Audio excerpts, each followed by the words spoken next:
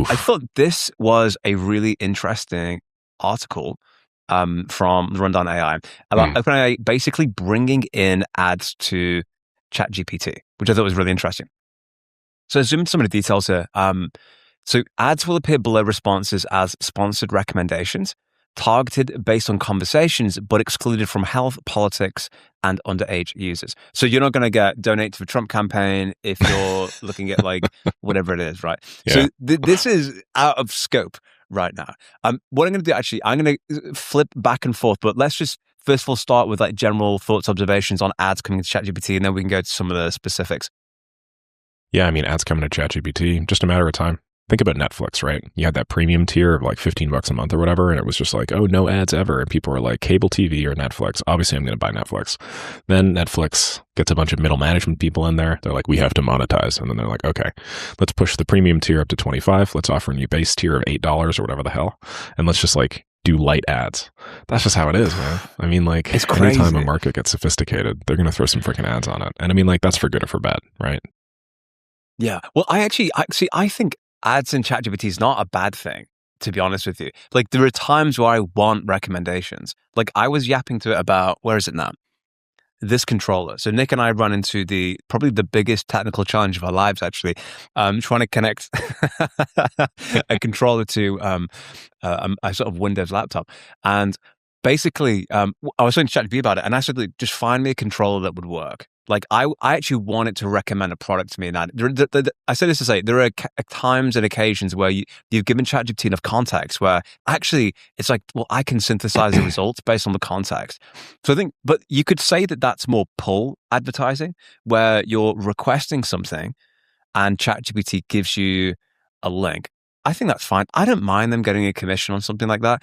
Although I will be honest that if we think about PayPal Honey, did you see the mega lag videos on PayPal Honey? No. Oh my gosh. Okay, it's crazy scandal. Basically, for those of you who don't know, Honey is like a browser extension and it's supposed to get you coupons, but there was a huge scandal. The point is that, like, when you create revenue opportunities, people follow their incentives, and usually the incentives is to maximize revenue. And that can sometimes clash with what is best for the consumer. In other words, you. So the problem with it is, I think even if it's created with the best of intentions, I think the system becomes a dragon purely based on the fact they're going to want to monetize. And they have a lot of commitments they need to make. So I just wonder if it can ever truly be giving you the best recommendations. Like, who's to say, like, let's be honest, right? If you had a million users on the platform, and so we can give them the best thing, I won't give you a 1% commission. Or do you want to shill this thing for 10%? It's like they're going to say no, but at some point they're going to meander logic. Like, I'm not saying that any companies are evil. I'm just saying that, like, when they can get 10%, I think at some point it's like, how do you know that you're getting the best thing? Is my point here. Depends, right? If the company's in a good spot, it's growing, it's raising a bunch of money and whatnot. Like, of course not. But we now have people saying, OpenAI's going to lose $16 billion in revenue this year. So they're going to need to find a way to collect. So, the company's kind of in that point. It's like, oh, we need to raise our tax revenues like most governments around the world. Oh, and it'll only be temporary, only until we solve this problem. 100 years later. Just a brief 1% tax. That's all we want for now. On tea. Just tea. Yeah. Until we come back to something later. So that's one thing. I think in principle, I think it's fine. I think it's cool. They've got to make money, and they had a great service, so I think it's decent. You know what? I saw this X post the other day where some guy had on every app on his iPhone said, ask app to not track. It's a feature that comes up where basically it's like, hey, an advertiser wants to track you. Do you want to allow it? And you always click do not. Because you're like, well, I don't want to give them any more data. Anyway, this guy said, what are you guys doing? You should absolutely allow advertisers to track you all over the internet. I did this, and now my ads are fantastic. They're all hyper relevant. They're exactly what I want. The problem is not bad advertising. The problem is irrelevant advertising. If it's easier for you to make a purchase decision because they have all the information that you need and they put in front of you something that is just super fantastic and it like solves all your problems, why wouldn't that be a good thing? And so it got me thinking, and I think I might do an experiment where I go through my phone settings and I turn off all the Ask App Not to Track settings and just see how that goes. Oh my gosh. Because like, that is dude, I gonna be remember wild. Microsoft way back in the day, right? Was like, hey, do you want to allow advertisers to track you or whatever? And every time I'd get a new PC, I'd always like turn that feature off. And then one time I just like didn't. And I did notice that the quality of the ads that were coming in were like way more relevant. They were all like technology products. It was like cool hardware gadgets. And I was like, oh fuck, that's actually pretty cool. But now because I'm so quote unquote privacy minded, I'm like, nah. And then I get freaking ads for, I don't know, women's shoes. I'm like, yeah. Right? That's a great tracked ad. Yeah, it's true. I think it's like, it's when it's the language. Do you want this app to track you? It's almost menacing. It's almost like it's going to be in the closet in the bedroom or something. Like, what the hell is this app doing around here? You know what I mean? It's kind of like, what do you mean by, it's like, can I track you around? Like, throw a breadcrumb on you and follow you ruthlessly across the internet. It's actually crazy. So yeah, but it's like, do you want better ads? Like, what are you going to say? Obviously, you're going to say yes, well, right? Nobody wants ads, I think. That's true. Nobody would, it's like, what is a better ad? Which is one that's more relevant. To be honest, it's all relevant. It could be a shitty Times New Roman text on a page, white background, no good design, no nothing. But if it's hyper relevant to me, I'm going to want it.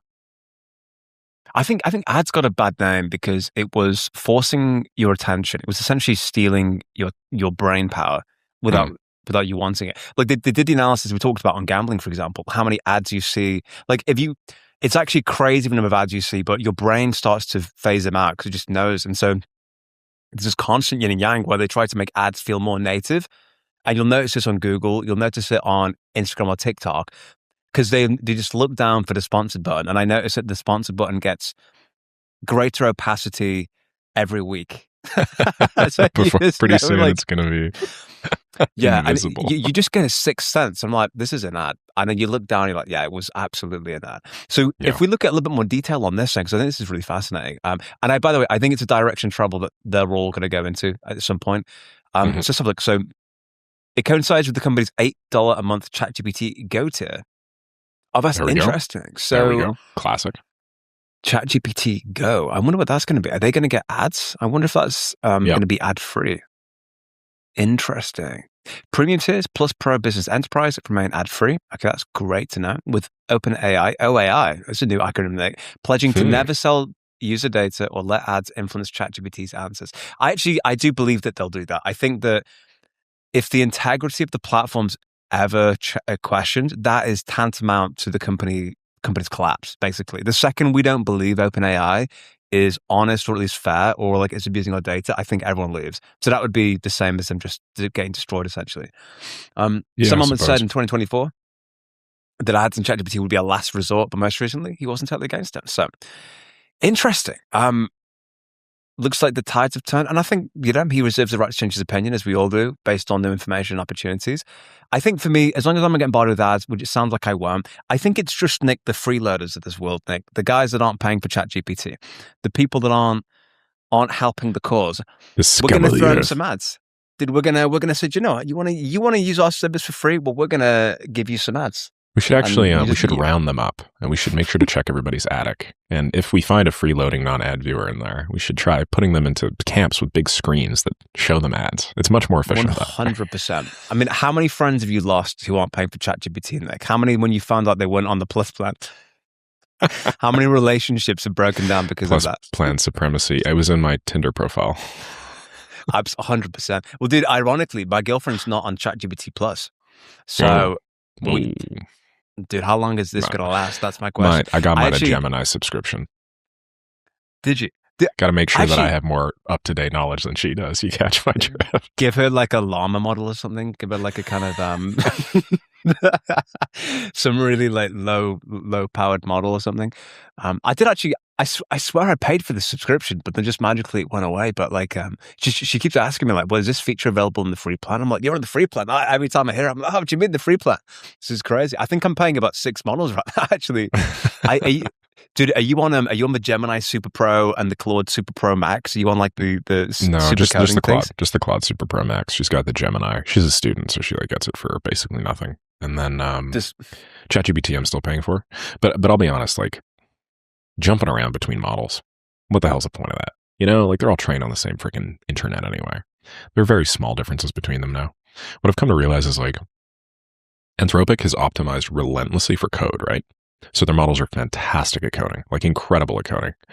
Yeah. And like, they're good at other stuff too, but it's because of the emphasis on coding that they're good at like problem solving and logic.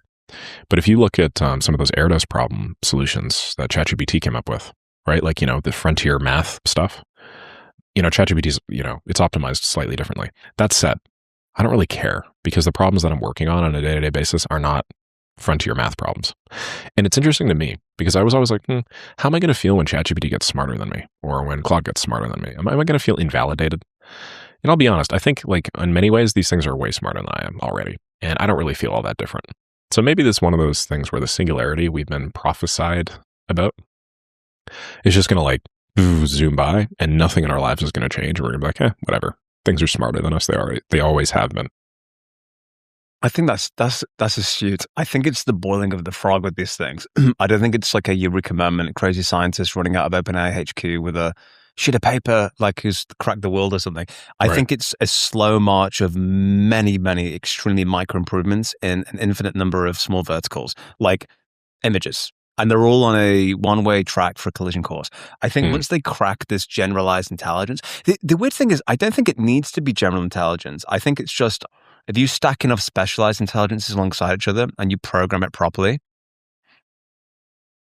what's the difference? So yeah, I guess so. I mean, like today was a really good example. I created a few invoices. I just did it for me instantaneously within my coding environment. It was wonderful and brilliant. And it's like, dude, it is getting so freaking good, man. It is getting so freaking good. It is the best time to learn AI automations. It genuinely is an amazing time to be in the game, man, 100%.